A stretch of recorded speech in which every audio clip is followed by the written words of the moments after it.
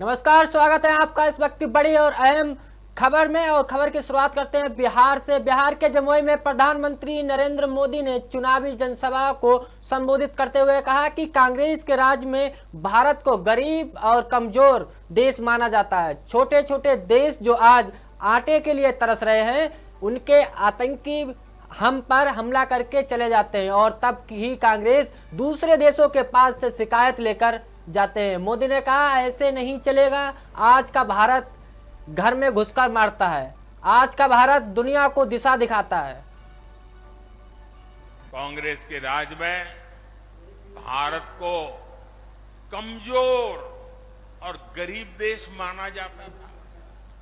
छोटे छोटे देश आज जो आटे के लिए तरस रहे हैं, उनके आतंकी हम पर हमला करके चले जाते थे और तब की कांग्रेस दूसरे देशों के पास शिकायत लेकर जाती थी।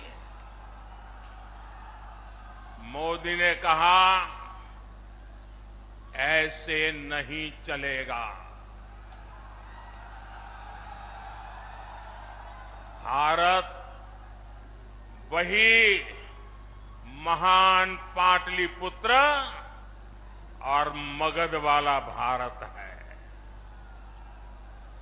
भारत वही चंद्रगुप्त मौर्य वाला भारत है। आज का भारत घर में घुसकर मारता है।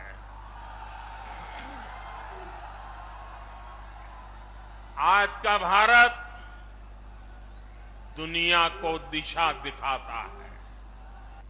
अगली खबर की ओर रुख करते हैं। भारतीय जनता पार्टी के राष्ट्रीय अध्यक्ष जेपी नड्डा ने उत्तराखंड के पिथौरागढ़ में चुनावी सभा को संबोधित करते हुए कहा कि प्रधानमंत्री नरेंद्र मोदी ने कहा था कि इस शताब्दी का तीसरा दशक उत्तराखंड का दशक होगा और उत्तराखंड के विकास का दशक होगा। और मुझे खुशी है कि आज ये धरती पर उतरता हुआ दिख रहा है। उत्तराखंड में विकास की नई गंगा बह रही है।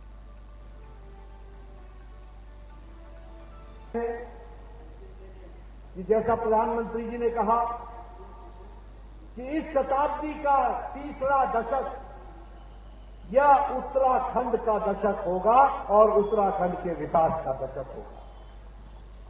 मुझे खुशी है कि अब यह जो प्रधानमंत्री जी ने कहा कि यह शताब्दी का तीसरा दशक उत्तराखंड का दशक होगा, आज वह धरती पर उतरता हुआ दिख रहा है और विकास की नई गंगा बह रही है।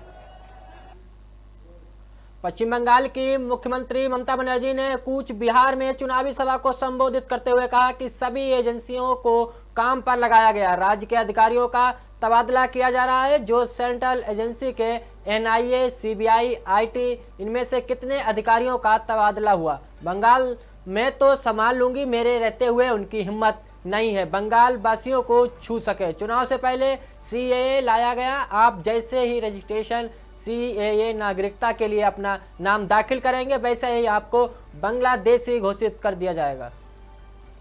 सेंट्रल गवर्नमेंटेर इलेक्शन जिनी বিয়ে করছেন তিনি পুরোহিত,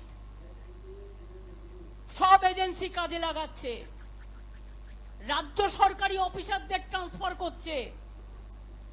আর তোমাদের যারা কেন্দ্রীয় সরকারি এজেন্সি এনআইএ এর নামে, সিবিআই এর নামে, ইনকাম ট্যাক্সের নামে ঘুরে বেড়াচ্ছে, তাদের কজন ট্রান্সফার হয়েছে, তাদের কজনের বিরুদ্ধে পানিশমেন্ট হয়েছে আমি জানতে চাই। ভারতবর্ষ সবচেয়ে বড় পৃথিবীতে গণতান্ত্রিক দেশ, বাংলা তো আমরা সামলে নেব। আমি থাকাকালীন ওদের কোনো ক্ষমতা নেই বাংলার মানুষের গায়ে হাত দেয়া। ভোটের আগে কে কে করে চিল্লাচ্ছে মনে রাখবেন, কেটা হচ্ছে মাথা মাছের আর লেজাটা হচ্ছে এনআরসি। এখন কি বলছে, পুরোহিত লিখে দিলেই হবে। কোন আইনে আছে? মিথ্যে কথা বলার আর মানুষকে বঞ্চিত করার একটা লিমিট থাকা উচিত। পুরোহিতরা পুজো করেন, পুরোহিত কি করে জানবেন? তার বাবা মা বাংলাদেশে, তাদের জন্ম সার্টিফিকেট নিয়ে আসতে হবে। আর যখনই আপনি নাম লেখালেন সঙ্গে সঙ্গে আপনি বাংলাদেশি হয়ে গেলেন, অর্থাৎ আপনি লক্ষ্মীর ভান্ডার পাবেন না, আপনি কন্যাশ্রী পাবেন না, আপনি ভোট দিতে পারবেন না, আপনার নাগরিক অধিকার থাকবে না, আপনার সরকারি অধিকার থাকবে না। এটা ভালো না খারাপ নিজেরা बुझे नहीं। देश भर में सभी पार्टी से लोकसभा के उम्मीदवार अपना नामांकन भर चुके हैं। इसी कड़ी में राजनांदगांव निर्वाचन क्षेत्र से संतोष पांडे ने भारतीय जनता पार्टी से नामांकन दाखिल किया। संतोष पांडे के नामांकन दाखिल करने पर छत्तीसगढ़ सीएम विष्णुदेव साय ने कहा कि प्रदेश में भारतीय जनता पार्टी की अच्छी लहर है। जनता भारतीय जनता पार्टी को चुनने का मन बना चुकी है और आने वाले चुनाव में हम सब प्रचंड बहुमत से जीतेंगे। आज राजनांदगांव संसदीय क्षेत्र के हमारे पार्टी के लोकप्रिय उम्मीदवार श्री संतोष पांडे जी का नॉमिनेशन फाइल किए हैं और इस अवसर पर हमारे प्रदेश के एसोसिएशन अध्यक्ष श्री किरण देव जी, हमारी सरकार के दोनों उप मुख्यमंत्री श्री अरुण साव जी, विजय शर्मा जी और पार्टी के बहुत वरिष्ठ जन की उपस्थिति में नॉमिनेशन फाइल किए हैं और आदरणीय संतोष पांडे जी आने वाला चुनाव को प्रचंड मतों से जीतेंगे। भारतीय जनता पार्टी जीतेगी।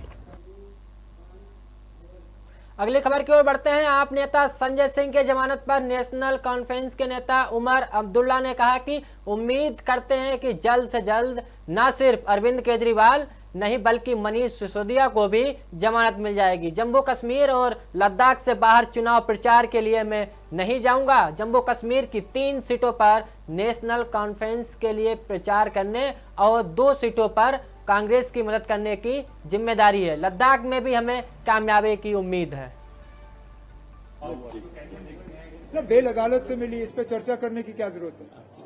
बेल, वो तो अदालत ने बार बार कहा है कि bail not jail, bail is the first option, और बेल तो मिलना भी चाहिए। लेकिन बड़ी बात यह है कि अदालत ने जो ऑब्जर्वेशंस उस वक्त दी कि संजय सिंह को बंद रखने के लिए जो सबूत की जरूरत है वो सबूत पेश की नहीं गई। और ये वही केस है जिसमें अरविंद केजरीवाल को भी पकड़ा हुआ है, जिसमें मनीष सिसोदिया को भी पकड़ा हुआ है। तो अगर यही हाल रहा तो हम उम्मीद करते हैं कि जल्द से जल्द न सिर्फ अरविंद केजरीवाल जी को भी बल्कि मनीष सिसोदिया को भी इसमें बेल मिल जाए। उमर साहब, जिस तरह से साउथ कश्मीर की सीट पे आप सामने कैंडिडेट्स आ रहे हैं, आजाद साहब हैं, मियां अल्ताफ साहब हैं, और ऐसा लगता है कि शायद महबूबा मुफ्ती भी शायद खुद कंटेस्ट करेगी वहाँ पे, कैसा मुकाबला आप उस साउथ कश्मीर वाली सीट पे अभी देखते हैं? कोई मुकाबला आसान नहीं होता। लेकिन आप मुझे बताइए ना, कभी कभार तो आपकी कमेंट्री, मतलब मीडिया की कमेंट्री में होता है कि अगर स्ट्रेट कॉन्टेस्ट होगा तो नेशनल कॉन्फ्रेंस को नुकसान होगा। यहाँ पे उम्मीदवार ज्यादा हैं, इसमें भी आपको नेशनल कॉन्फ्रेंस का नुकसान नजर आता है। आप तय करिए ना, हमारा नुकसान किस चीज में है? स्ट्रेट कॉन्टेस्ट में है या मल्टी कॉर्नर कॉन्टेस्ट में है? क्योंकि दोनों तो चल नहीं सकते। या तो इनके लड़ने से साउथ कश्मीर में हमें मुश्किल होगा, या तो फिर सजाद लोन का अकेला हमारे से मुकाबला करना है, उससे हमें परेशानी होगी। दोनों चीजें साथ साथ तो चल नहीं सकती। लेकिन जहां तक इलेक्शन में उम्मीदवार उतारना ना उतारना, ये पार्टी का अपना फैसला होता है। उन्होंने अपना फैसला ले लिया, ठीक है ना, जो होगा सो होगा। वोट बढ़ता हुआ आपको नजर आ रहा है साउथ कश्मीर, वोट बढ़ता हुआ? नहीं, सवाल तो आपको ये करना चाहिए कि क्या उनका वोट हमें वैसे मिल भी जाता या नहीं, क्या उनका वोट हमें ट्रांसफर होता या नहीं।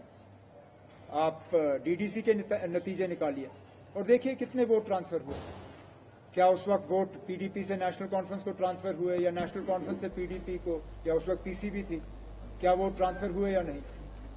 उसी से आपको जवाब मिल जाएगा। कांग्रेस पार्टी से अपने निष्कासन पर संजय निरूपम ने कहा कि पहले कांग्रेस पार्टी में एक पावर सेंटर हुआ करता था, लेकिन आज इस समय कांग्रेस पार्टी में 5 पावर सेंटर हैं और 5 की अपनी लॉबी है जो आपस में टकराती रहती है। इन 5 सेंटर में सबसे पहले सोनिया गांधी, दूसरे सेंटर में राहुल गांधी, तीसरे में प्रियंका गांधी, चौथे में अध्यक्ष मल्लिकार्जुन खड़गे और आखिरी में कांग्रेस महासचिव केसी वेणुगोपाल हैं। यह सब अपने प्रकार से राजनीति कर रहे हैं।